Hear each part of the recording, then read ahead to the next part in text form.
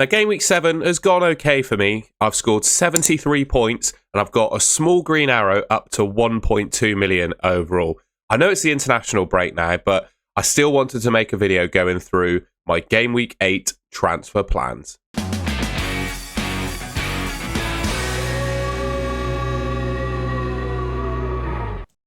Alright then, so we're going to start the video by looking at how my team got on in game week 7. 73 points, 1.2 million overall. Defensively, I think things have gone okay. A double clean sheet for Arsenal, which I will well and truly take. I think I've banged on about this in multiple videos. I think Arsenal probably have the best defence of sort of any club team in the world, really. It's not just the Premier League clean sheet odds that they top. Even looking at the Champions League, they are the best defence in that as well, looking at the bookies data and the odds. So, yeah. Very happy to have the Arsenal defence. We'll talk a little bit about their attack coming up. But yeah, what's that? A combined 15 points from the two of them. Senesi, I feel a little bit hard done by with him. The first game this season where he didn't get DEFCON points, only scored 2. But he did get subbed on the 77th minute. And I think he had 7 DEFCON. So had he played the final, 13 to 15, depending on how much added time there was in the game, he may have picked that up. Tarkowski got DEFCON against Crystal Palace and a bonus point by the looks of it. That means he scored 5 points, which is basically, it was the same as a midfielder getting an assist or Raya getting, his clean sheet. So very happy with that from Tarkowski. Midfield, we had Ilian Ndiaye, who got himself booked, but he scored a penalty for Everton. I watched most of the game. He didn't look the liveliest or that much involved, but the couple of touches that he did make, he crossed the ball in for the Grealish goal for a winner, and then obviously scored the penalty. He was just so... The few touches he did get, he really made an impact with them, if that makes sense. And he didn't get DEFCON that game, but he's still putting up the DEFCON. I can see why. He really tries to win the ball back up high. So I think we've got a good asset here in Iliam Ndiaye. Bruno Fernandes, 11 DEFCON for him, so he's one off a bonus point, and that would have obviously got him 5 points in total. A little bit frustrated with him. I don't think I'm desperate to sell him, but at the same time, there are a couple of potential replacements emerging for him. Reinders, another game where he hasn't got an attacking return after my wild card, and I am wondering if he's worth spending the money on, especially, I haven't spoken about it yet because I'm trying to avoid it, especially when you look at my bench. Caicedo with a goal and 10 points. So that's, and he got an assist as well. So that's obviously painful that I started Reinders, but I'd make the decision all over again, I think. I don't think I'd have started Caicedo. Semenyo, I think proven to be the best player in the game at the moment. 2 goals and an assist for him against Fulham. Very happy to. I think I bought him in like game week 3 for... Yeah, I think I bought him in game week 3 from memory. Very happy with that. João Pedro, Haaland, and Gyökeres up front. João Pedro is one that, well, I don't think I'm desperate to sell him, but he's one that hasn't been like putting up any trees recently. He's been left out of the Brazil squad. Carlo Ancelotti is the Brazil manager, and I think Ancelotti was saying that he's struggling with a small issue. So, maybe that's holding him back from performances in the Premier League as well. Haaland, with his singular goal as my captain, I will happily take that. And then Gyökeres, who, I picked him in my team because I thought he was the best Arsenal attacker, because Arteta was saying, or alluded to during the summer, that he was going to take penalties. But obviously, that didn't happen in game week 7, and Saka took the penalties. Rest of my bench, I don't think needs much comment. That's my team. So before I get into the team for next week, I just wanted to say that all of the data, expected points, and player data you're about to see comes from Fantasy Football Hub. If you want to sign up to Fantasy Football Hub, you can using the link in the description below. I'll get you 50% off. And if you don't win your mini league this season, Fantasy Football Hub will give you your money back. So looking ahead then to game week 8, here's the situation I've got. 4 free transfers and 0.9 million in the bank. I've got an interesting decision to make on which defender I want to play. I've got Rodon, Anderson, and Tarkowski, who I think are all in contention for a start. But I've gone at the moment for Rodon. I'm not favouring the expected points. I'm favouring the fixture. I'm favouring Leeds against Burnley. We'll obviously see how that one goes. Raya and Gabriel starting for me. I think, there's a chance, definitely a good chance for clean sheet for Fulham, particularly considering how many injuries they have. I don't think they have a fit centre forward at the moment.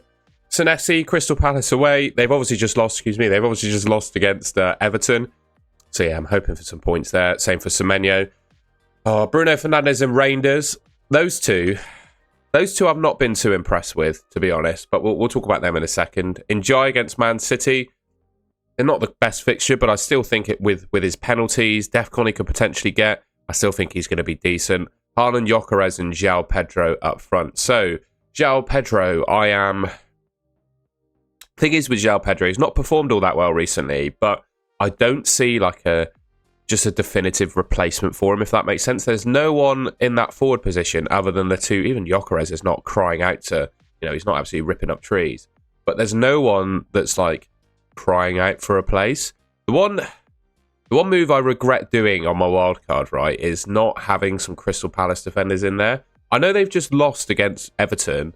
They got Bournemouth and Arsenal in their next two, but they just went, I know they've lost, but they went 18 games unbeaten. And they've got two players in particular, Gahey, who's smashing it for attacking returns and Defcon, and Richards. Munoz's obviously doing really well for attacking returns, but Richards, he's picking up Defcon pretty much every game. I think the Crystal Palace defence, just look at the team I've got Anderson there on my bench. I think I can make a fair assessment that the Crystal Palace defence is probably better than the Fulham defence. So yeah, I'm a bit annoyed with myself that I didn't go for Chris Richards over Anderson. But I guess with the fixtures they've got coming up, it is hard to make that transfer, right? Bournemouth have got a good chance of scoring, I think. And then they got Arsenal at the Emirates. But after that, it gets a little bit better for them. So maybe once that Arsenal fixture's out of the way, Crystal Palace players could be on the menu. The other thing for me, of course, is whether I use my bench boost. So week on week, I didn't speak about this at first, it'll be in the video title. I've got a really good bench, right? Dubravka, Caicedo, Anderson, Tarkowski. It could rotate with Rodon. It's just a decent bench every week. It's just, when do I best play it? And I think looking at the fixtures my team have got, there's possibility to use it in game week 8. And that probably should have in hindsight. Even though the rest of my bench didn't return, Caicedo got his goal, I should have probably played it in game week 7. Because that's probably going to be, knowing my luck, the highest my bench will score all season. But I'm thinking of potentially playing it in 8. The thing is, if the opportunity's there to play it again, and I've had an opportunity previously and I missed it, it makes me all that more inclined to just get it out of the way and play it. But at the same time, I'm looking at the fixtures for game week 9, and I think they're quite possibly better across the board for my team than 8. So I'm probably going to wait till game week 9 to use it. Now, I might sound a little bit ungrateful saying this, and that's fair enough. I've got Reinders in my team. His selling price for me at the moment, I think, is 5.6 million.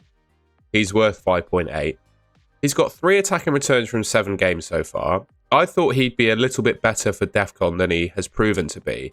And can I do better? I've got 0.9 million in the bank, which does actually allow me to bring in Ismaila Sarr. At the moment, with the money I have anyway, I could bring in Ismaila Sarr. I don't know what happened with the image there. But yeah, 6.5 million, I have the money to do it. Only question is, again, looking at the fixtures that Crystal Palace have, is it entirely worth it? Because I do like Ismaila Sarr as an option. He went off with, a head injury in the Everton game. I think he's probably is he Senegalese? So I think he might play some international football for them over the break. I don't think the head injury is going to prevent him from doing that. It was a precautionary substitution. So I think we're not going to make any decisions on it now. But with that spare 0.9 million in the bank I have, I am somewhat tempted to do Reinders to Sarr. But then you compare the fixtures they've got over the next 2. Sarr's got Bournemouth, Arsenal. Reinders has got Everton, Villa. I think the Reinders fixtures are better. So overall, I think Sarr's a better option, but Reinders has better fixtures. So I'm probably gonna hold fire on that move just for now. So just looking back at my team, I'm sat on, I've got Bruno Fernandes in my midfield at the moment, and he's not done great for me. In fact, he's probably done, I would say, quite poorly for me since I played my wild card. I'm staring at him in my team off the back of missing a penalty and getting 11 Defcon 2 games in a row.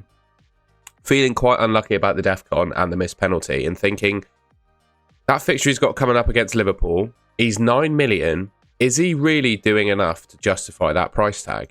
And there's one player that I can afford again. I can sell Bruno for 9 and then buy Saka with the 0.9 million I've got in the bank. Although I do have a feeling Saka's going to go up in price before the deadline. So I might be priced out of this move. But regardless, there's definite temptation for me to look at bringing in Bukayo Saka, right? Fulham, Crystal Palace, Burnley, Sunderland in his next 4 games. He took the last Arsenal penalty. Whether he is the Arsenal penalty taker is the question, though, because he was interviewed after the game saying he took the penalty basically because he just fancied it. He wanted to grab the ball and he just fancied it. So it suggests to me that there isn't like a clear Arsenal penalty taker at the moment. I thought it would be Gyökeres. That's obviously not the case. And it could be Saka as well. I just don't know.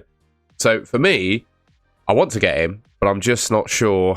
I'm just not sure he's going to be the penalty taker, if that makes sense. It sounds mad, doesn't it, that my entire justification for picking one player over another is they take penalties. But I do think it's a real deciding factor on whether you pick an asset in FPL. So yeah, I am eyeing up Saka as a replacement for Bruno. I've got enough cash to do it, but I'm asking myself the question, is he on penalties, and therefore is it worth it?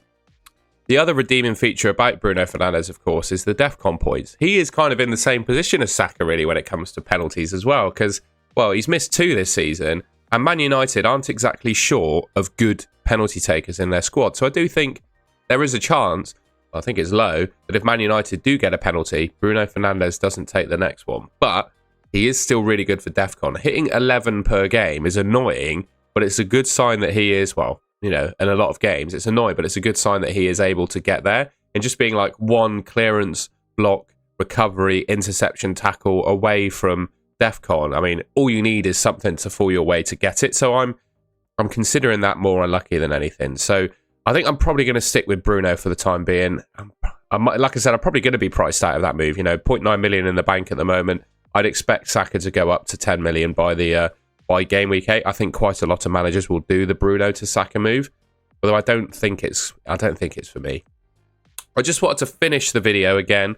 I did this on my buy and avoid video, but just having a look at some Solio data, new partner that I'm going to work with. There's a link to Solio in the description below. This is their projected points for the next 5 weeks. This is also, I think, a good metric to see who is worth bringing in or not. And it also sort of justifies, well, it says that Saka is better for expected points over the next 5, but only very slightly than Bruno Fernandes. And it also, unfortunately for me, suggests that Saka is better on expected points than Gyökeres is. They were big on Saka going into game week 7. I think Saka was actually the top player for projected points. And obviously he had he got the points, didn't he? But what was also interesting to see is how much it still favours Mo Salah. Now, I've not seen the data this season to prove it. I think this is all based on, you know, his historic returns last season. And of course, he still put up some numbers this year. But it's interesting to see, I guess, weeks where Salah is ahead of Haaland. And there's, well, a few. Game week 8, he's ahead. Game week 9, he's ahead. Game week 10, he's ahead. And game week 12, he's ahead. So that is quite interesting to pick up on. I remember also saying that I wasn't too happy with João Pedro in my team, but I couldn't find myself a striker that's better. And when you look at the predicted points data here, well, I've got the best 3 forwards in the game, according to Solio. So I've got Haaland, Gyökeres, and João Pedro. Those are the 3 top forwards in the game. After that, we're looking down, we got Mateta. Mateta could be decent, but wow, I don't know. Is he on the level of João Pedro? And is that worth a transfer to change between the two? I think probably not. So that kind of justifies my decision that, you know, there are definite temptations for making a transfer, but right now my mind is almost made up on rolling. Unless any injuries come out in international break, probably not going to do anything. All right, well, that's the end of the video. I hope you enjoyed that and found it useful. If you did, please leave me a like rating. Let me know if there's any suggestions you have for my team. I don't claim to be an FPL genius and know everything.